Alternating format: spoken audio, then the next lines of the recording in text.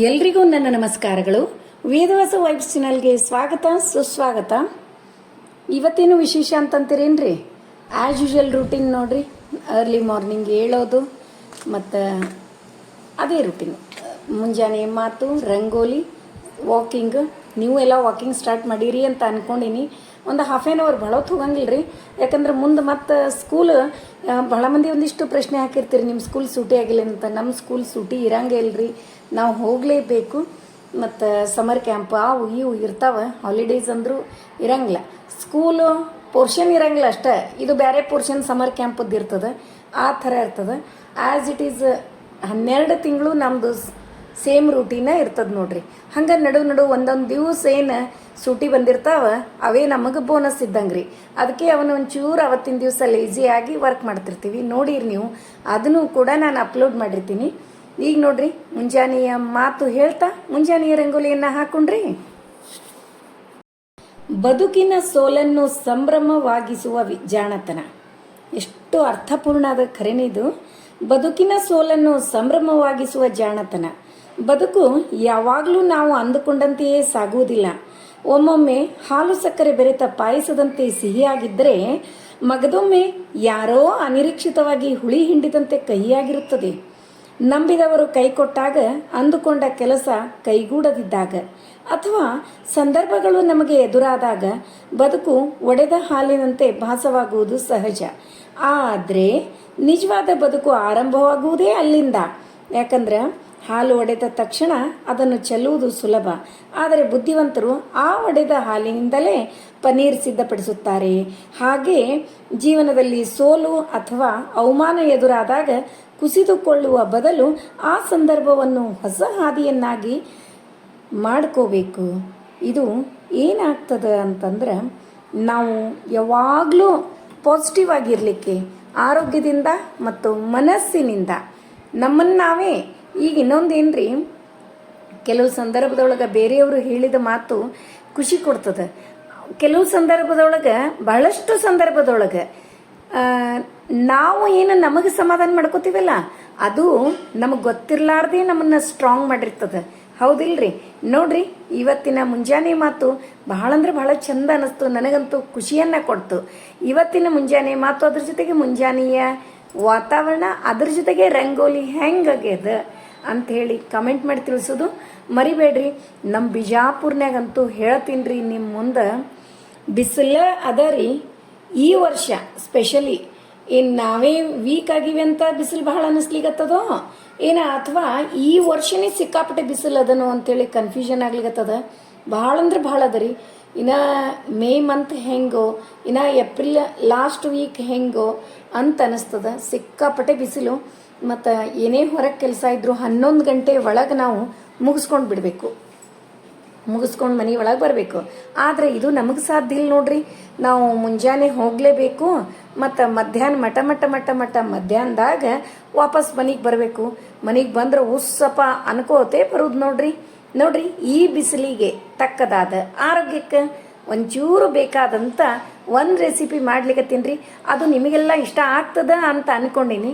ನೋಡ್ರಿ, ಮೊದಲು ಅಡುಗೆ ಸ್ಟಾರ್ಟ್ ಮಾಡೋಕ್ಕಿಂತ ಮುಂಚೆ ಬರ್ಶಿನ ಕಟ್ಟಿ ಎಲ್ಲ ಕ್ಲೀನಾಗಿ ಒರೆಸ್ಕೊಂಡು, ರಂಗೋಲಿ ಹಾಕ್ಕೊಂಡು, ಅನ್ನಪೂರ್ಣೇಶ್ವರಿಗೆ ಬೇಡ್ಕೊಂಡೆ ಅಡುಗೆ ಸ್ಟಾರ್ಟ್ ಮಾಡ್ತೀನಿ. ಏನು ತೋರಿಸ್ಲಿಕ್ಕತ್ತೀನಿ ಅಂತೀರೇನ್ರಿ? ರಾಗಿ ಹಿಟ್ರಿ.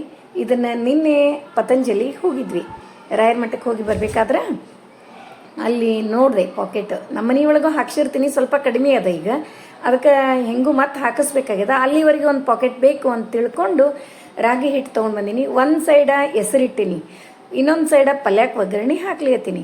2 ಸ್ಪೂನ್ ಎಣ್ಣೆ, ಜೀರಿಗೆ, ಸಾಸಿವೆ, ಅರಿಶಿನ ಪುಡಿ, ಹಿಂಗು, ಕರಿಬೇವು ಎಲ್ಲ ಹಾಕಿ ನಾನು ಯಾವ ಪಲ್ಯ ಮಾಡ್ಲಿಕತ್ತೀನಿ ಅಂತೀರೇನ್ರಿ? ಅವರೆಕಾಯಿ ಪಲ್ಯ ಮಾಡ್ಲಿಕತ್ತೀನಿ. ಅವರೆಕಾಯಿ ನಿನ್ನೆನೆ ಆರಿಸಿ ತೊಳೆದು ಇಟ್ಬಿಟ್ಟಿದ್ದೆ ರಾತ್ರಿ. ಸ್ವಲ್ಪ ಕೆಲಸ ಕಡಿಮೆ ಇತ್ತಂದ್ರೆ ಎಲ್ಲ ಕೆಲಸ ಮಾಡಿ ಇಟ್ಕೋತೀನಿ ರೀ. ಮತ್ತು ಅದು ಕೆಲಸ ಭಾಳ ಇತ್ತು ಅಂದ್ರೆ ನೆಕ್ಸ್ಟ್ ಡೇ ಮಾಡಿರ್ತೀನಿ. ಈಗ ಒಗ್ಗರಣೆ ಹಾಕಿದೆ, ಸ್ವಲ್ಪ ತಾಳಸುವರೆಗೂ. ಇನ್ನೂ ಒಂದು ಟೊಮೆಟೊ ನೋಡ್ರಿ, ನಿನ್ನೆ ಏನಾಗ್ಯದ, ನನ್ನ ಮಗಳು ತೊಗೊಂಬಂದಾಳ, ನಮ್ಮ ಮನೆಯವ್ರು ತೊಗೊಂಡು ಬಂದಾರ, ಮೊನ್ನೆ ನಾ ತೊಗೊಂಬಂದಿನಿ. ಹೀಗಾಗಿ ಟೊಮೆಟೊ ಹಣ್ಣು ಸಾಮ್ರಾಜ್ಯನೇ ಸಾಮ್ರಾಜ್ಯ. ಅದಕ್ಕೆ ಒಂದಿಷ್ಟು ಟೊಮೆಟೊ, ಮತ್ತು ನಾವು ಫ್ರಿಜ್ ಒಳಗೆ ಇಟ್ಟರೆ ಚಲೋ ಇರ್ತಾವೆ.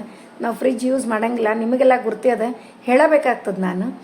ಮತ್ತು ಕೊಳತು ಹೋಗ್ಬಿಡ್ತಾವೆ. ಅದಕ್ಕಿಂತ ಒಂದು ಚಟ್ನಿ ಮಾಡಿದ್ರಾಯ್ತು ಅಂತ ತಿಳ್ಕೊಂಡು ಟೊಮೆಟೊ ಹಣ್ಣೆಲ್ಲ ಚೆಂದಾಗಿ ತೊಳೆದು ಇಟ್ಕೊಂಡಿದ್ದೆ. ಅವನ್ನೆಲ್ಲ ಒಂದ್ರೊಳಗೆ 2 ಹೋಳು ಮಾಡಿ ರುಚಿಗೆ ತಕ್ಕಷ್ಟು ಅಂದ್ರೆ ಸ್ವಲ್ಪ ಹುಳಿ ಇರ್ತಾವೆ ಟೊಮೆಟೊ ಹಣ್ಣು, ಅದಕ್ಕೆ ಉಪ್ಪು, ಖಾರ ಪುಡಿ, ಬೆಲ್ಲ ಹಾಕಿ ಮಿಕ್ಸಿ ಮಾಡಿ ತಕ್ಕೊಂಡೆ.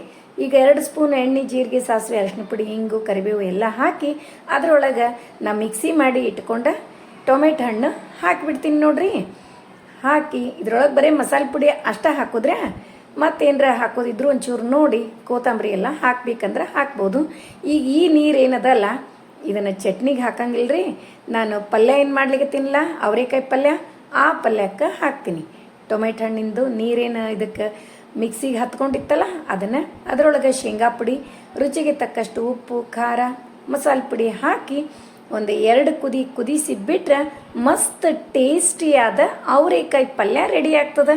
ಈಗ ನೋಡ್ರಿ ಹಾಗೆ ಚಟ್ನಿಗೆ ಒಂಚೂರು ಮಸಾಲೆ ಪುಡಿ ಹಾಕಿದೆ, ಖಾರ ಪುಡಿ ಅಂತೂ ಹಾಕೇ ಬಿಟ್ಟಿನಿ ನಾನು ಮಿಕ್ಸಿಗೆ ಹಾಕಬೇಕಾದ್ರೆ.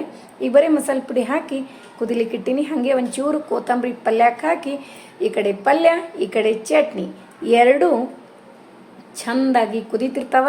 ಅಲ್ಲಿವರೆಗೂ ಈಗ ನೀರು ಎಸರು ಮಾಡಿಕೊಂಡು ರಾಗಿ ಹಿಟ್ಟಿಗೆ ಎಸರನ್ನು ಹಾಕ್ಕೊಂಡು, ಅಂದರೆ ಕುದಿಸಿದ ನೀರಿಗೆ ಎಸರು ಅಂತ ಕರಿತೀವಿ ನಮ್ಮ ಬಿಜಾಪುರ ಸೈಡ್. ನಾನು ಹಾಕಿ ಚೆಂದಾಗಿ ಎಲ್ಲ ಕಲಿಸಿ ಇನ್ನು ರಾಗಿ ರೊಟ್ಟಿ ಮಾಡ್ತೀನಿ ರೀ. ಆ್ಯಕ್ಚುಲಿ ನಾನು ರಾಗಿ ರೊಟ್ಟಿ ಮಾಡ್ಲಿಕ್ಕತ್ತದ ಇದು ಫಸ್ಟ್ ಟೈಮ್ ರೀ. ಪ್ಲೇನ್ ರಾಗಿ ರೊಟ್ಟಿ ಮಾಡೀನಿ, ರಾಗಿ ತಾಲಿಪಟ್ಟು ಮಾಡೀನಿ. ಆದ್ರೆ ರಾಗಿ ರೊಟ್ಟಿ ಮಾತ್ರ ಒಟ್ಟ ಮಾಡಿಲ್ಲ, ನಮ್ಮ ಮನೆಯೊಳಗೆ ಮಾಡೇ ಇಲ್ಲ. ಯಾಕಂದ್ರೆ ನಾವು ಜೋಳದ ರೊಟ್ಟಿ ಬೆಳೆಯೋರಿ, ನಮ್ಮ ಬಿಜಾಪುರ ಸೈಡ್ ಜೋಳದ ರೊಟ್ಟಿನೇ ಜಾಸ್ತಿ, ಚಪಾತಿ ಜೋಳದ ರೊಟ್ಟಿ ಇದೇ ಇರ್ತಿತ್ತು. ಅದಕ್ಕೆ ಇವತ್ತು ಮಾಡೋಣ. ಮಕ್ಕಳು ಮತ್ತು ಮನೆಯವರು ಇಷ್ಟಪಟ್ಟರೆ ವಾರದೊಳಗೆ ಈಗ ಬ್ಯಾಸಿಗೆ ಒಳಗೆ ಒಂದು 3 ದಿವಸ ಇದನ್ನೇ ಮಾಡಿದ್ರಾಯ್ತು ಅಂತ ಪ್ಲ್ಯಾನ್ ಹಾಕೀನಿ. ನೋಡೋಣ್ರಿ ಮಾಡಿ. ಈಗ ಒಂದು 2-3 ಆದು ಅಂದ್ರೆ ರೊಟ್ಟಿ, ರಾಗಿ ಭಕ್ರಿ ರಾಗಿ ರೊಟ್ಟಿ ರೆಡಿ ಆದು ಅಂದ್ರೆ ಹಾಕಿಂತೂ ಕೊಡ್ತೀನಿ. ಇಷ್ಟಪಟ್ಟರು ಅಂತಂದ್ರೆ ಸಕ್ಸಸ್ ಆದಂಗೆ, ಇಲ್ಲ ಅಂದ್ರೆ ರಾಗಿ ಗಂಜಿ ಅಂತೂ ಆ್ಯಸ್ ಇಟ್ ಈಸ್ ಯಾವಾಗಲೂ ಇದ್ದೇ ಇರ್ತದೆ ಮನೆ ಒಳಗೆ. ರಾಗಿ ಮುದ್ದೆ ಯಾವಾಗಾರ ಒಂದು ಸಾರಿ ಮಾಡ್ತೀವಿ. ಈಗ ರಾಗಿ ರೊಟ್ಟಿ ಅವ್ರಿಗೆ ಇಷ್ಟ ಆಗ್ತಾವ ಅಂದ್ರೆ ವಾರದೊಳಗೆ 3 ಸರಿ ಹಾಕ್ಕೋಬೇಕು ಅಂಥೇಳಿ ಮಾಡೀನಿ ಪ್ಲ್ಯಾನ್. ನೋಡೋಣ್ರಿ ಹಾಕ್ಕೊಡ್ತೀನಿ ಮಾಡಿ ಏನಂತಾರ ನೋಡಿ ನಿಮಗೆ ಅದನ್ನು ಕೂಡ ರಿಸಲ್ಟ್ ಹೇಳ್ತೀನಿ. ಈಗ ಭಕ್ರಿ 2-3 ಮಾಡಿದೆ ಅಂದ್ರೆ ಹಾಕೇ ಬಿಡ್ತೀನಿ ರೀ, ನೋಡೋಣ ಏನಂತಾರ. ಮತ್ತು ಈ ರಾಗಿ ಬಗ್ಗೆ ಹೇಳಬೇಕಾಗೇ ಇಲ್ಲ, ಎಲ್ರಿಗೂ ಗುರ್ತದ. ಯಾರಿಗೆ ಗೊತ್ತಿಲ್ಲ ಅಂತ ಕೇಳ್ತೀರಿ ನೀವು, ನಾ ಏನರ ಹೇಳಲಿಕ್ಕತ್ರ. ಆದರೂ ಕೂಡ ಇರಲಿ, ಅದ್ರ ಬಗ್ಗೆ ಫುಲ್ ಆಫ್ ಫೈಬರ್ ಕಂಟೆಂಟ್ ಜಾಸ್ತಿ ಇರ್ತದೆ. ನಮ್ಮ ಬಾಡಿ ಹೀಟನ್ನು ಕರೆಕ್ಟ್ ಕಂಟ್ರೋಲ್ ಒಳಗೆ ಇರ್ತದೆ. ಮತ್ತು BP ಶುಗರು ಎಲ್ರಿಗೂ ಹೇಳಿ ಮಾಡಿಸಿದ್ದು ಈ ರಾಗಿ. ಅದರ ಸಲುವಾಗಿ ಯಾವುದೇ ಇದ್ರೊಳಗೆ ಶುಗರ್ ಕಂಟೆಂಟ್ ಆಗಲಿ ಏನೂ ಇರಂಗಿಲ್ಲ. ಅದ್ರ ಸಲುವಾಗಿ ರಾಗಿ ಭಾಳ ಅಂದ್ರೆ ಭಾಳ ಈ ಬ್ಯಾಸ್ಗೆ ಒಳಗೆ ರಾಗಿ ಮುದ್ದೆ ಆಗಲಿ, ರಾಗಿ ಗಂಜಿ ಆಗಲಿ, ರಾಗಿ ರೊಟ್ಟಿ ಆಗಲಿ, ಆಮೇಲೆ ವೇಟ್ ರೆಡ್ಯೂಸ್ ಮಾಡೋರಿಗೂ ಹೇಳಿ ಮಾಡಿಸಿದ್ದು ನೋಡ್ರಿ ಇದು. ಅದರ ಸಲುವಾಗಿ ನನಗೆ ಗೊತ್ತಿದ್ದಷ್ಟು ಶೇರ್ ಮಾಡಿಕೊಂಡೆ. ನನಗಿಂತ ಹೆಚ್ಚು ಮಾಹಿತಿ ನಿಮಗೆ ಗೊತ್ತಿರ್ತದೆ, ಅದನ್ನು ಕೂಡ ಕಮೆಂಟ್ ಮಾಡಿರಿ. ಯಾಕಂದ್ರೆ ಕಮೆಂಟು ಕೂಡ ಒಬ್ಬೊಬ್ರು ರೀಡ್ ಮಾಡ್ತಿರ್ತಾರೆ. ಅದ್ರ ಸಲುವಾಗಿ ಇಲ್ಲಾಂದ್ರೆ ನೆಕ್ಸ್ಟ್ ವಿಡಿಯೋದಾಗ ಹೆಚ್ಚಿನ ಮಾಹಿತಿ ಇತ್ತಂದ್ರೆ ನಾನೇ ಶೇರ್ ಮಾಡ್ಕೋತೀನಿ. ಮತ್ತು ನಿಮಗೇನಾದರೂ ಹೆಚ್ಚಿಂದ ಇದ್ರ ಬಗ್ಗೆ ಗೊತ್ತಿದ್ದದ್ದನ್ನು ನನ್ನ ಜೊತೆ ಶೇರ್ ಮಾಡ್ಕೋತೀರಲ್ಲ. ನನ್ನ ಫ್ರೆಂಡ್ ಒಬ್ಬಾಕಿ ಇದ್ಲು ರೀ, ಅವರು ದಿನಾಲೂ ರಾಗಿ ರೊಟ್ಟಿನೇ ಮಾಡ್ತಿದ್ರು. ಖರೆ ಭಾಳ ದಪ್ಪ ಮಾಡ್ತಿದ್ರಿ ಅವರು. ಆದರೂ ಕೂಡ ನನಗೆ ಅದು ಆರೋಗ್ಯಕ್ಕೆ ಚಲೋ ಅಂತ ತಿಳ್ಕೊಂಡು ನನಗೆ ಭಾಳ ಇಷ್ಟ ಅಂತ ಹೇಳಿದ ಕೂಡಲೇ ನನ್ನ ಫ್ರೆಂಡ್ ಡೈಲಿ ನನಗೊಂದು ರಾಗಿ ರೊಟ್ಟಿ ತಾನು 2 ತೊಗೊಂಡು ಬಂದ್ರೆ ನನಗೆ 1 ಪ್ಲಸ್ ಇರೋದೇ. ಬಟ್ ಯಾಕೆ ಅದ್ರ ಜೋಡಿ ಪಲ್ಯ ಏನು ತೊಗೊಂಬರ್ತಿದ್ಲು ಗೊತ್ತೇನ್ರಿ, ದಿನಾಲೂ ಹಸಿ ಕೊಬ್ಬರಿ ಚಟ್ನಿನೇ ತರಕ್ಕೆ. ಬಟ್ ನನಗೆ ಇಷ್ಟನೇ ಆಗ್ತಿತ್ತು ರೀ ಅದು. ಆಕೆ ನನಗೊಂದು ಸಣ್ಣ ಡಬ್ಬಿಯೊಳಗೆ ಚಟ್ನಿ, 1 ರಾಗಿ ರೊಟ್ಟಿ ಖಾಯಂ ತೊಗೊಂಡು ಬರ್ತಿದ್ಲು. ನನಗೆ ಅದಕ್ಕೆ ಈಗ ನೆನಪಾಯ್ತು ನನ್ನ ಕಾಲೇಜ್ ಡೇಸ್ ಒಳಗೆ ರೀ. ಹೀಗಾಗಿ ಆಕಿನ ನೆನಪಾಯ್ತು. ನಾ ಇವತ್ತು ರಾಗಿ ರೊಟ್ಟಿ ಮಾಡಿದಾಗ ನನಗೆ ಆಕಿನೇ ನೆನಪಾದ್ಲು. ಅವಾಗ ನನಗೆ ಇಷ್ಟ ಆಗ್ತಿತ್ತು. ಖರೆ ಭಾಳ ದಪ್ಪ ಮಾಡ್ತಿದ್ರು ರೀ ಅವರು. ನಾನು ದಪ್ಪ ಮಾಡಲಿಲ್ಲ. ನಾವು ಆ್ಯಸ್ ಇಟ್ ಈಸ್ ಡೈಲಿ ಹೆಂಗೆ ನಾವು ಜೋಳದ ರೊಟ್ಟಿ ಮಾಡ್ತೀವಲ್ಲ ಅದೇ ಥರ ರೊಟ್ಟಿ ಮಾಡಿ ತೆಗ್ದೀನಿ. ಹೆಂಗೆ ಆಗ್ತಾವೆ ನೋಡೋಣ, ಬಿರುಸಾಗ್ತಾವೋ ಸ್ಮೂತ್ ಆಗ್ತಾವೋ, ಅವ್ರು ಯಾಕೆ ಅಷ್ಟು ದಪ್ಪ ಮಾಡ್ತಿದ್ರು ಅನ್ನೋ ಪ್ರಶ್ನೆ ನನಗೆ ಈಗ ಅನ್ನಿಸ್ಲಿಕ್ಕತ್ತದ. ನೋಡೋಣ. ನಾನಂತೂ ತೆಳಗ ಮಾಡೀನಿ. ಒಂದು ರೊಟ್ಟಿ ಅಂತೂ ರೆಡಿ ಆಯಿತು.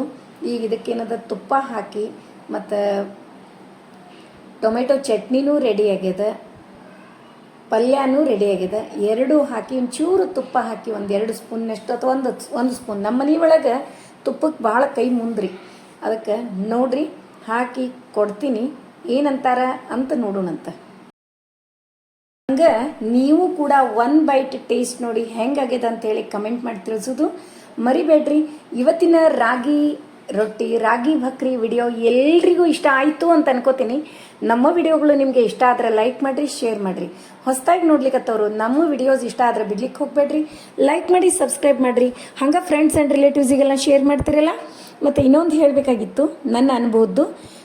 ಈಗ ಜೋಳದ ಭಕ್ರಿಗೆ ಇದಕ್ಕೆ ಏನು ಡಿಫ್ರೆನ್ಸ್ ಮಾಡೋದು ಅಂತಂದ್ರೆ, ಇದಕ್ಕೊಂಚೂರು ಹೆಸರು ಅಂದರೆ ಕುದಿಯುವ ನೀರು ಜಾಸ್ತಿ ಹಾಕ್ಕೋಬೇಕು.